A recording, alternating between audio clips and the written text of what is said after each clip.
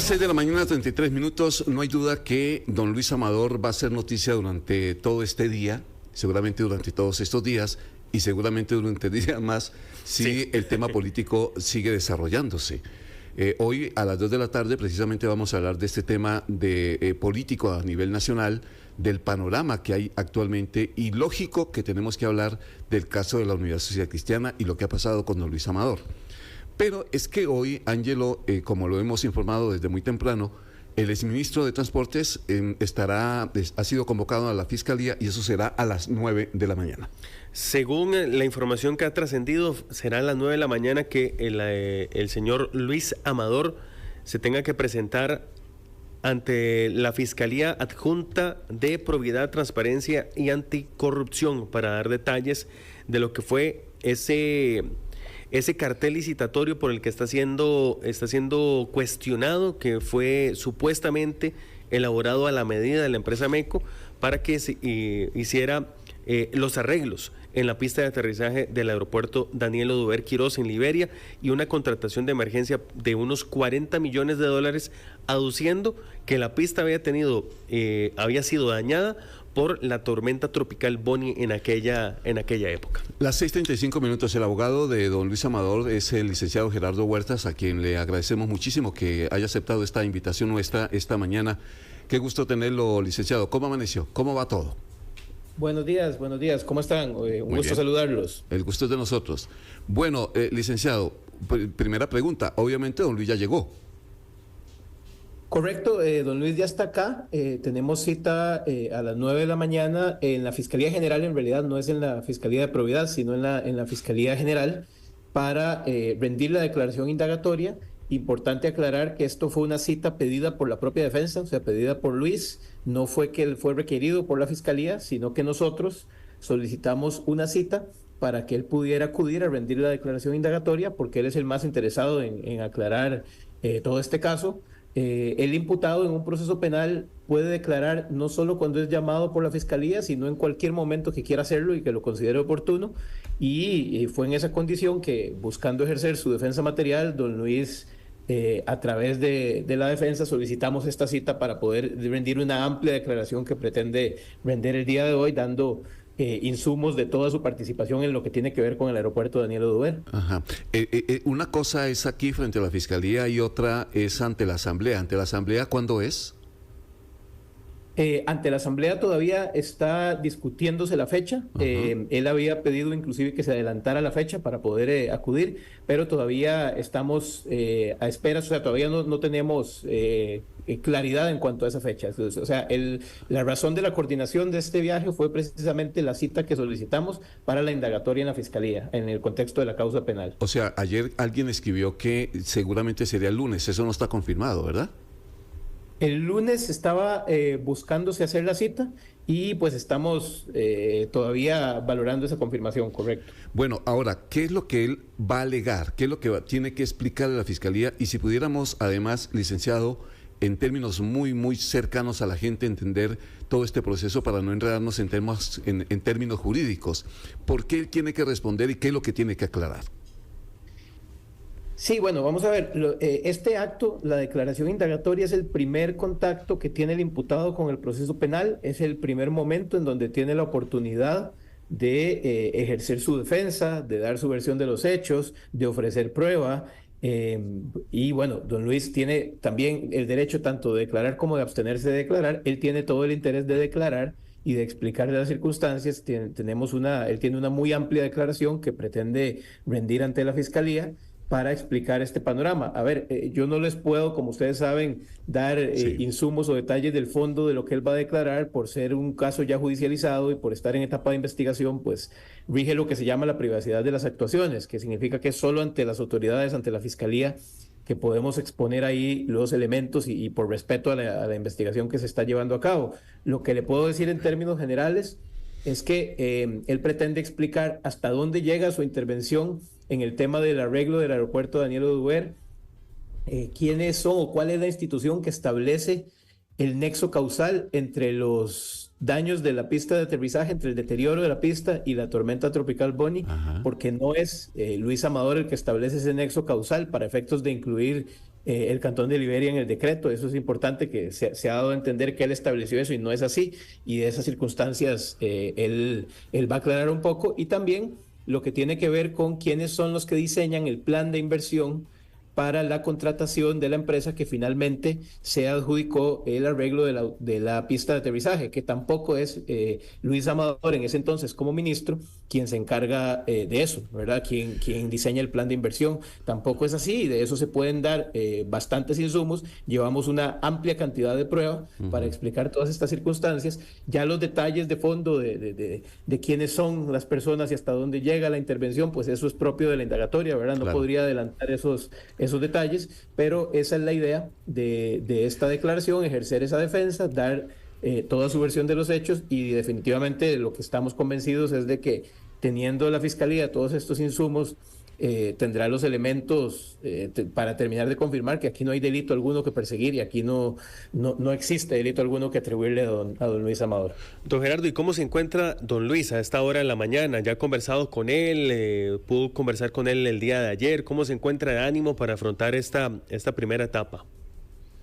Muy bien, con la tranquilidad que da el saberse inocente. Don Luis, como les indiqué al inicio, fue el que pidió esta diligencia. Él no fue requerido, él no tuvo que ser buscado. Él fue el que, a través mío como su defensor, solicitó a la Fiscalía: vean, por favor, denos cita, porque nosotros queremos rendir declaración indagatoria, queremos adelantarnos y rendir declaración indagatoria ahora que el proceso ya ha avanzado un poco, para explicar todo el panorama con amplia prueba.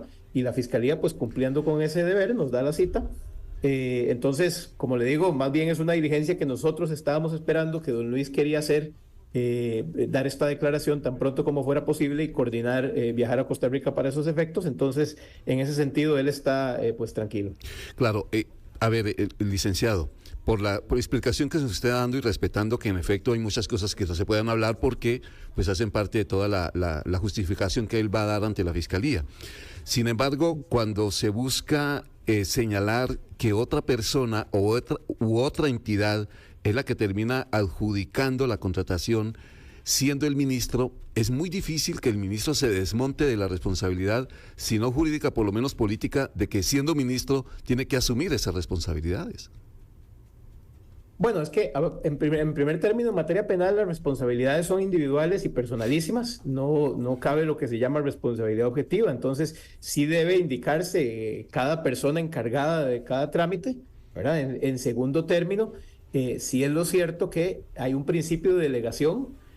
Un ministro no se encarga ni engloba absolutamente todo, sino que hay expertos para cada criterio. Para establecer la existencia de un nexo causal existen expertos relacionados con temas de emergencias, relacionados con el área jurídica, porque don Luis no es abogado, recordemos esa circunstancia. Para efectos del del desarrollo del plan de inversión existen expertos ingenieros que desarrollan el plan. No es el ministro el que está detrás de cada uno de estos aspectos, especialmente en materias que tienen que ver con instituciones encargadas de temas de emergencia, de declaratorias de emergencia. Son circunstancias que pues ven los diversos expertos, y también el jerarca de una institución, como lo es el ministro, actúa siempre con base en un principio que se llama el principio de confianza, con base en la información técnica que le brindan las diferentes áreas, ¿verdad? Porque el ministro no puede englobar todo, sino que utiliza esa información técnica para efectos de en algunas medidas tomar ciertas decisiones, o si ni siquiera es él el que las toma, pues seguir con base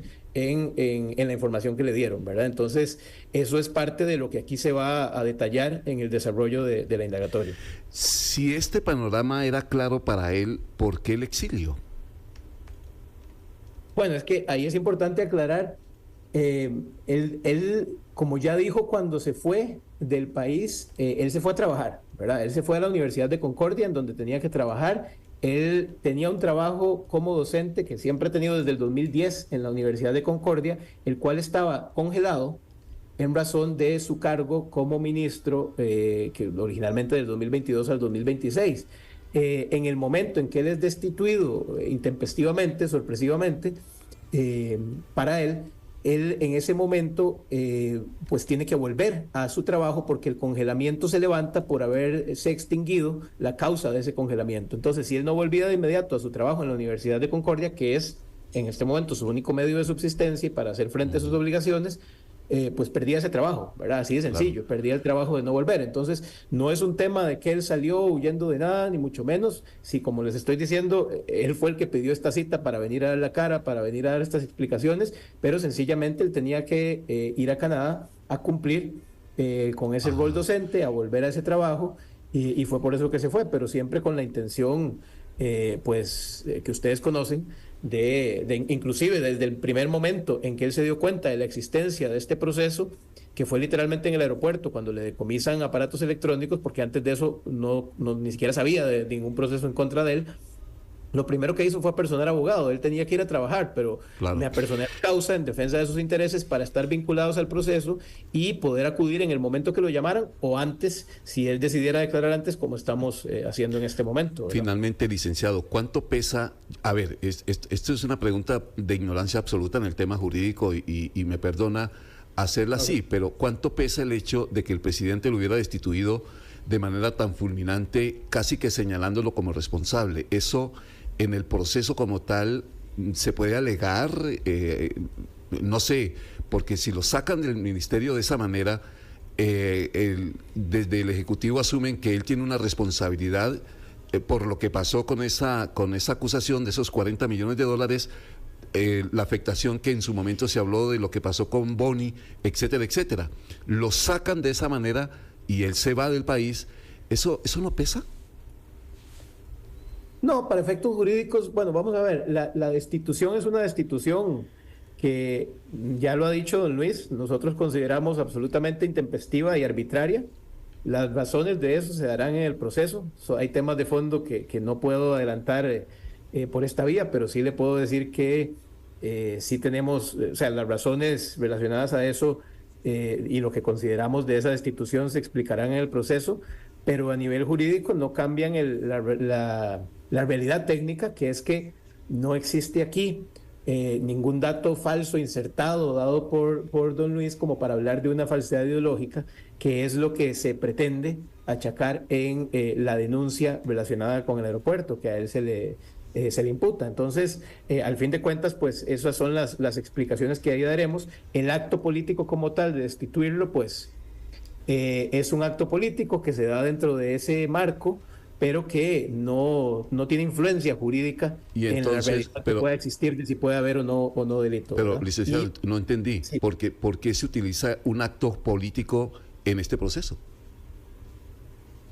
es que la destitución no es una decisión que tenga que ver con el proceso penal, o sea, no es algo que tenga que ver con la fiscalía. La destitución es una decisión unilateral dictada por el presidente de la República en un momento, la cual, como le digo, consideramos fue arbitraria. Ahí tendremos nuestras razones que explicar, pero la destitución no la toma ninguna autoridad judicial.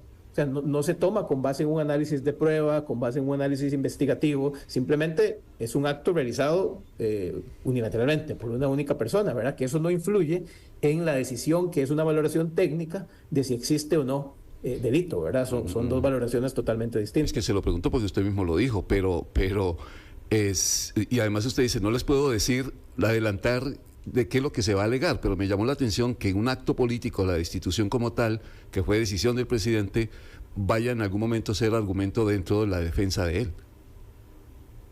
No, a ver, no le digo si es o no argumento dentro de la defensa de él, nada más las razones tomadas para la destitución, que en realidad lo que le puedo decir es que las razones para la destitución son absolutamente erradas. Cualquier acto que haya sido realizado por don Luis relacionado con la autopista, con la pista de aterrizaje, relacionado con el arreglo de la pista, fue tomado con base en criterios técnicos informados que daban los insumos para poder llegar a esas decisiones, y entonces tenemos la tranquilidad de tener esos elementos a nuestro favor y de poder decirle que la destitución fue errónea, fue un acto apresurado y erróneo, y es en esa medida que conecta con el proceso penal. La destitución, ¿verdad? Que se van a explicar las circunstancias de cómo esa destitución es errónea y pues las razones que pudieron haber llevado a esa destitución. No obstante, lo que sí le digo es que una destitución tomada por el presidente de forma unilateral no influye en la valoración Ajá. técnica del caso de si hay o no delito, porque son dos valoraciones de instancias distintas, ¿verdad? Sí, pero él puede iniciar alguna acción si él encuentra que fue ilegal su destitución y fue arbitraria ¿él puede iniciar alguna acción contra el Estado por una decisión así? Podría, es prematuro para eso en este momento, puesto que primero queremos, obviamente, terminar este proceso, aclarar la realidad de este proceso y bueno, esperando que salga bien librado de eso, que es lo que consideramos tiene que pasar, el dictado de un sobreseimiento definitivo, al considerar que no hay delito alguno aquí, pues ya se podrán tomar esas decisiones a futuro, ¿verdad? Pero lo está estudiando, Es algo que no se descarta, correcto. pero lo está decidiendo, digamos. Sí, es algo que no se descarta, solo que estamos pues en un momento prematuro para eso, pero como le digo, es algo que se está considerando. Licenciado, muchas gracias. Con todo gusto. Don Gerardo Huertas es el abogado de don Luis Amador. La declaración será entonces ahora hacia las 9 de la mañana. Pregunta muy directa, don Luis Amador, cuando lo encuentren periodistas. Porque en efecto queda sobre la mesa esa posibilidad de que él tome acciones después de la destitución que el abogado nos dice considera fue arbitraria e ilegal.